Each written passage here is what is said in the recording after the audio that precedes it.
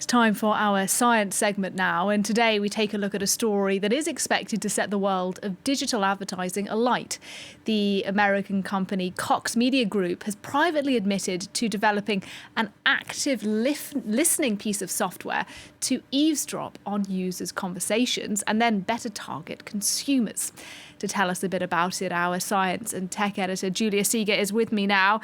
And Julia, I suppose this is proof, really, isn't it, that advertisers really are listening to us? That's right. We've all experienced this situation, I think, where you're talking about something next to a phone, and then minutes later, even seconds later, you scroll on an app or you navigate online and you find this advertising that's specifically linked to what you were just talking about. So we all know that it actually happens, right? And it's even become a joke online, with women who purposely talk about certain things next to their husband's phone to try to suggest maybe gift ideas. So that's just one way to do it if you have something to tell to your husband. But so we've all known that it actually exists, but it seems like now we have proof, if still needed, that it does exist and how it actually works. So what happened is that a couple months ago, the American conglomerate Cox Media Group admitted on their website that they had the possibility of listening in to private conversations and then helping advertisers target people specifically, but we didn't really have proof. And then just a couple of days ago, they were able to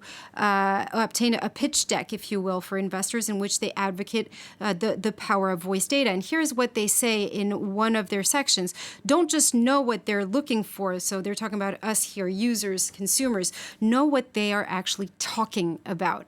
So to really convince their consumers of the power of voice data, here's what they add. I'm going to read it to you because I think it's quite chilling. Think about it. Smartphones have become appendages of our persons. We're attached to them during the workday. We bring them to dates, soccer games, and even to the bathroom. In most moments of the day, there's a smart device within a 2-inch radius of us. That means a smart device is likely within earshot when we talk about our plans for the weekend, for instance, how badly we need our kitchen remodeled, or debate which SUV model is best for the family with our spouse, and so much more. And they end by saying, creepy? Sure. Great for marketing? Definitely. So, this is eerie. This is evil. When you read this, it's one thing to actually know that it exists, but to actually see how they're talking about users as mere consumers, it's really something else.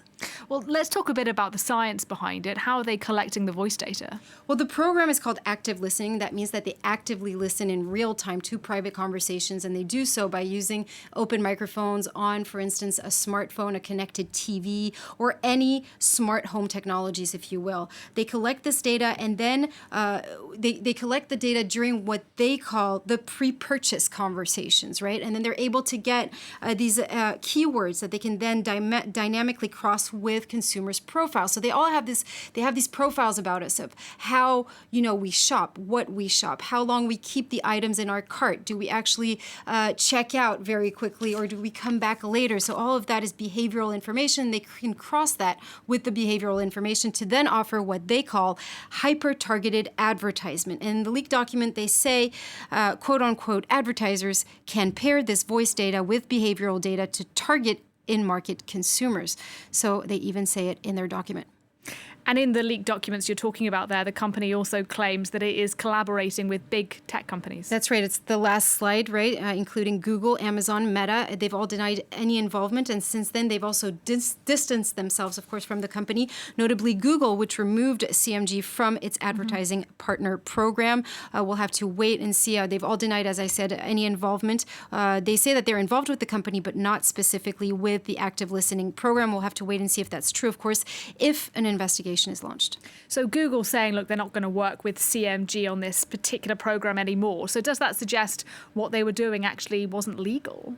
Well, that's a great question. Many states, at least in the United States, including, for instance, California, have very strict wiretapping laws that require informed consent for both parties to be able to record private conversations. But in their presentations, indeed, they say that the short answer to that is that it is actually illegal. And the reason why is that when you purchase a new device or agree to the terms and condition, you kind of consent to your phone being listening all the time because of what we call the voice-activated command, right? Mm-hmm. So if you say, Google, please call this person, Siri, do this, the phone has to eavesdrop on your conversation to be able to to pick up on what they call wake words.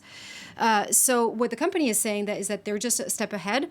The phone is no matter what eavesdropping on you, so they're just helping customers rid them from the ads they wouldn't want. That's such an interesting story. Thanks very much indeed, Julia Seeger, for us there.